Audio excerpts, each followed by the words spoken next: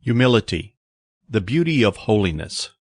Updated edition by Andrew Murray. Narrated by Robert Grothe.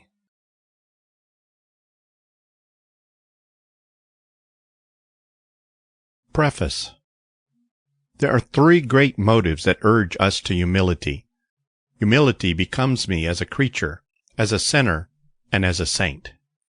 The creature we can see in the heavenly hosts, in unfallen man, and in Jesus, the Son of Man. The sinner appeals to us in our fallen state and points out the only way through which we can return to our right position as creatures. As saints, we have the mystery of grace, which teaches us that, as we lose ourselves in the overwhelming greatness of redeeming love, humility becomes to us the fulfillment of everlasting blessedness and adoration. In our ordinary religious teaching, the aspect of the sinner has been emphasized too strongly, to the point that some have even gone to the extreme of thinking that we must keep sinning if we are to stay humble. Others seem to think that the strength of self-condemnation is the secret of humility. Because of this, the Christian life has suffered loss, where believers have not been distinctly guided to see that even in our relationship as creatures, nothing is more natural and beautiful and blessed than to be nothing, that God may be all. It is necessary to understand that it is not sin that humbles most, but grace. It is the soul, led through its sinfulness to be occupied with God in His wonderful glory as God, as Creator and Redeemer, that will truly take a position of submission before Him. In these meditations I have, for more than one reason, almost exclusively directed attention to the humility that enhances us as creatures. It is not only that the connection between humility and sin is so prominent in all our religious teaching, but also because I believe that for the fullness of the Christian life, it is indispensable that emphasis be given to humility as it relates to us as creatures. If Jesus is indeed to be our example in His lowliness, we need to understand the principles in which humility was rooted. We must find the common ground on which we stand with Him, and in which our likeness to Him is attained.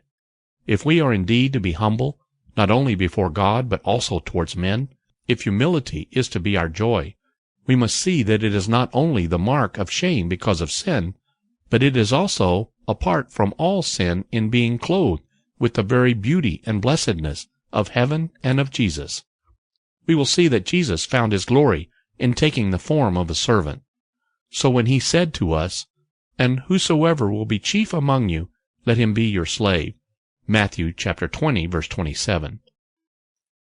He simply taught us the blessed truth that there is nothing so heavenly as being the servant and helper of all. The faithful servant who recognizes his position finds a real pleasure in supplying the wants of the master or his guests. When we see that humility is something infinitely deeper than regret, and accept it as our participation in the life of Jesus, we will begin to learn that it is our true goodness. We will understand that to prove it by being servants of all is the highest fulfillment of our destiny as men, created in the image of God. When I look back on my own religious experience, or on the Church of Christ in the world, I stand amazed at how little humility is desired as the distinguishing feature of the discipleship of Jesus. In preaching and living, in the daily communication of the home and social life, in the special fellowship with Christians, in the direction and performance of work for Christ, there is overwhelming proof that humility is not considered the overriding virtue, the only root from which the graces can grow, the one indispensable condition of true fellowship with Jesus. It should be impossible for men to say they seek higher holiness unless their claim is accompanied by increasing humility. This is a loud call to all committed Christians to prove that meekness and lowliness of heart are the evidence by which they who follow the meek and lowly Lamb of God are to be known.